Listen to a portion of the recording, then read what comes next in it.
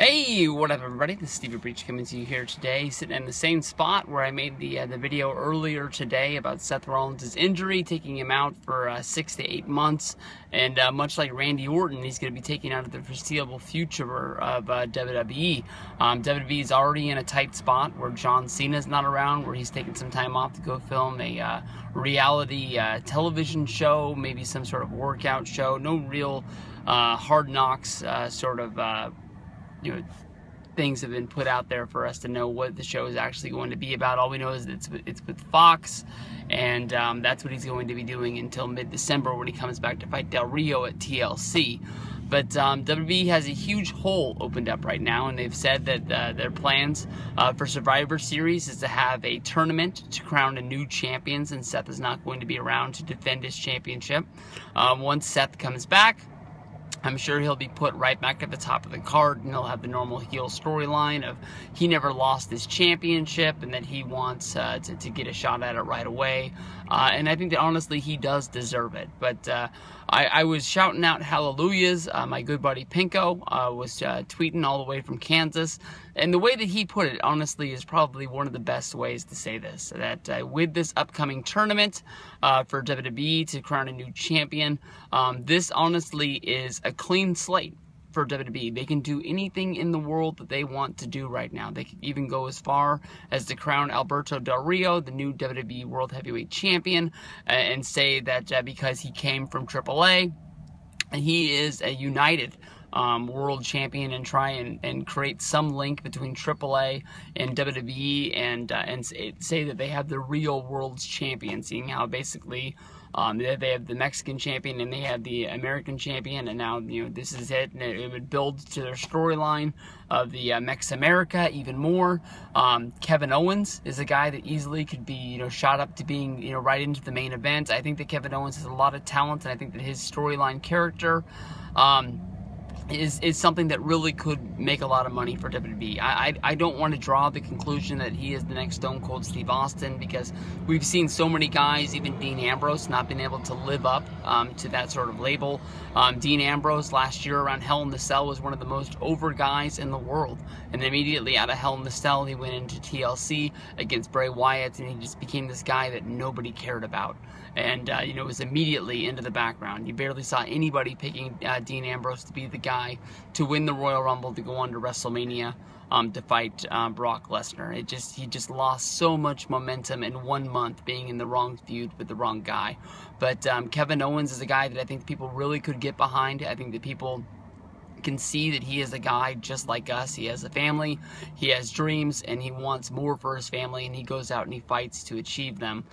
Roman Reigns is the guy that's been hunting after that championship for a long time. WrestleMania was his it wasn't his first shot. Money in the Bank was the year before, and he's in the Battleground Fatal 4-Way, and he's had shots along the way. But this Survivor Series was probably the one time that he was going to get his hands on this title.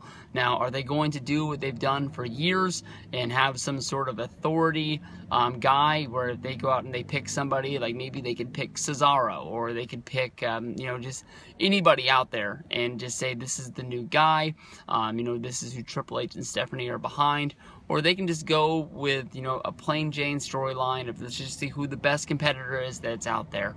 Honestly, I think that, the Seth Rollins storyline that they've ran with is just a copy and paste storyline of the Randy Orton storyline that they ran with the year before, when Randy Orton was having to try and defeat Daniel Bryan. They didn't want Daniel Bryan to be champion.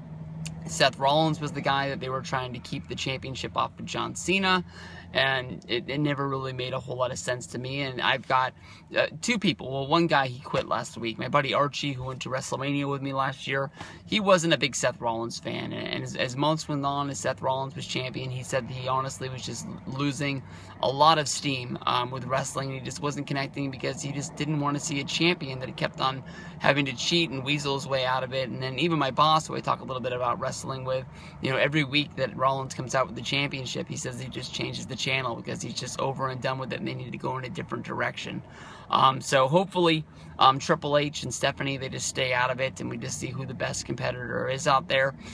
Finding 8 guys to put into this #1 contenders deal. I know that they just did all those matches to qualify for the Fatal 4-Way, so there's 8 guys right there. But I don't know if you do what you did in 2010 when you had the, I can't remember, that wasn't the Gold Rush tournament, was it? The Gold Rush tournament was the lead up to like WrestleMania 21 or 22 on Monday Night Raw, but they had a tournament. Rey Mysterio ended up winning it. It didn't really make a lot of sense because I think on the same show that Rey Mysterio won the championship from The Miz, he challenged against John Cena, where John Cena beat Rey Mysterio, and then CM Punk came out to say that he was the real champion. So, I don't know. I love tournaments. I go back all the way until the last Survivor Series tournament, which was Deadly Games in 1998.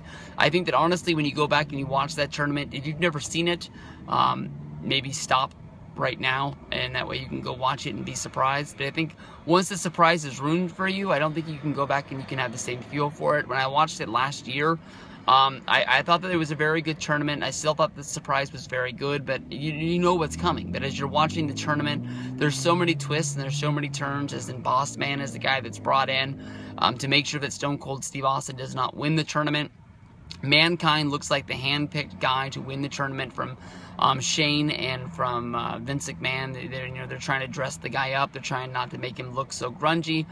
He's coming out there in a tuxedo, trying to make him look more classy. And it all leads up to one guy screws another guy. Kane and Undertaker, I think, go to a double disqualification, which gives a bye. And then Big Boss Man comes running down there to attack The Rock, and he gets disqualified within seconds. And then at the end, when The Rock wins the championship and is holding hands with Shane and Vince, you're like, fuck me, that's so easy to predict what was going on, but you just had no clue. It's possibly one of the best booked pay-per-views of all time, in my opinion. If you watch it for the first time, it was an awesome show. So hopefully we'll get something good from Survivor Series. I can honestly tell you that I hope that I'm at home to watch this show, because I'm really excited for it. I've always loved tournaments. I'm hoping that they go with Roman Reigns to become the guy, but we'll have to see what goes down as the tournament is unveiled.